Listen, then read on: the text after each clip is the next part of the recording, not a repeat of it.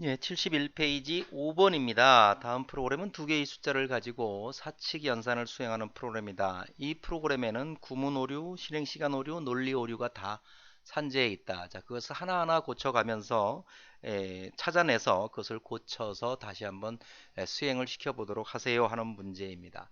자, 프로그램은 뭐 책에 있는 거를 그대로 제가 이클립스에서 올려놨습니다. 올려놨더니 당장 구문 오류는 이렇게 이클립스에서 X 표시로 빨간 X 표시로 표시가 됩니다. 그죠? 그러면 그 부분에 커서를 갖다 대면 사실은 그 그 부분에 대한 설명이 나타나게 되는데요. 자, 이 부분을 한번 보도록 하죠. 자, 이 부분은 syntax error insert 가로 닫는 거 to complete expression 이랬죠. 하나의 완전한 문장을 만들기 위해서 당신이 가로 닫는 거 하나를 빼먹었다 그 얘기입니다.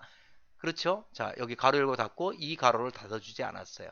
자, 전형적인 구문 오류죠. 자, 뒤에다가 가로를 닫겠습니다. 자, 없어졌습니다. 그 8번 라인에는 또 왜 오류가 났습니까? 이것은 요것도 역시 요 X표를 딱 마우스로 선택해 보면 syntax error insert semicolon이죠. 뒤에 세미콜론을 일부러 빼먹었습니다. 구문 오류를 발생시키기 위해서.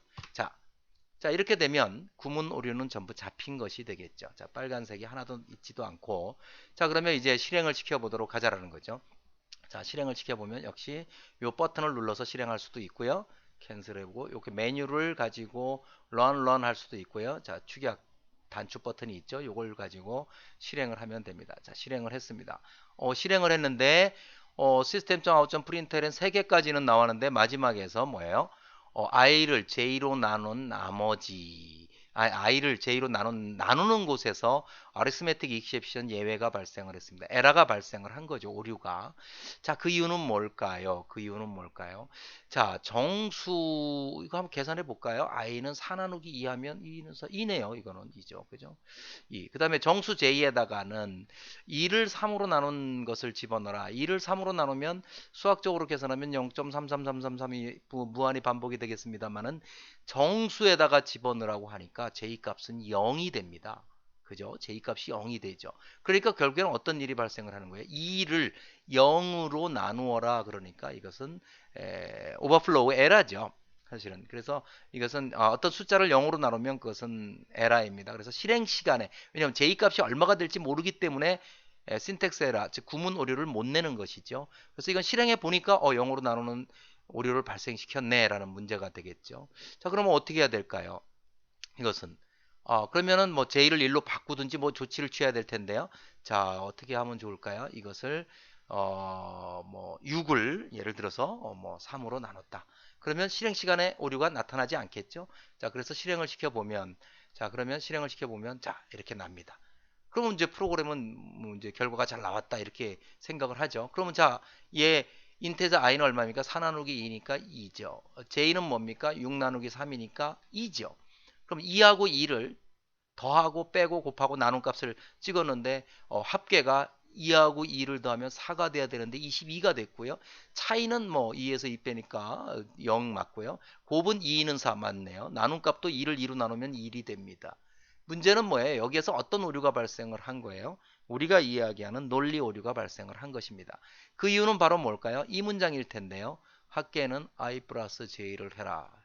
자, 여기에서 문제는 뭐예요? 문자열과 변수 값을 더하는데 플러스라고 하는 연산을 수행하다 보니까 가로도 없죠. 가로가 없으니까 결국에는 뭐야? 합계는 하고 이러한 문자열에다가 i 값 2를 더해버렸습니다.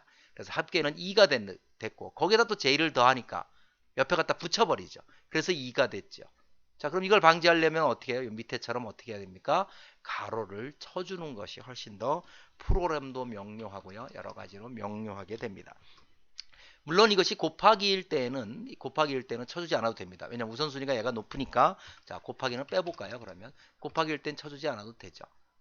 그래도 문제가 없습니다. 자, 프로그램을 실행시키면 자, 이렇게 해서 결과는 나옵니다만은 프로그램의 명료성, 또 프로그램을 알아보기 쉽게 하자. 이것을 우리는 프로그램의 명료성, 그다음에 프로그램의 알아보기 쉬운 가독성이라고 이야기를 하는데요. 그런 걸 위해서 이렇게 가로를 쳐주는 습관을 가지는 것이 훨씬 더 좋은 프로그래머의 자질이 아닐까 이렇게 보여집니다. 자, 이 프로그램은 원래 이 프로그램에서 뭐예요? 구문 오류를 고쳤고요. 그 다음에 무슨 오류? 실행 시간의 오류를 숫자를 조절해서 0으로 안 나누게 고쳤고요. 그 다음에 마지막으로 뭐야? 논리 오류, 즉 가로를 치지 않음으로써 아무 에러도 없지만 내가 의도했던 바는 아니었죠. 합계는 아니었죠. 그래서 그런 오류를 우리는 논리 오류라고 말할 수 있습니다. 자, 이 프로그램에서 세 가지의 오류를 살펴보았습니다.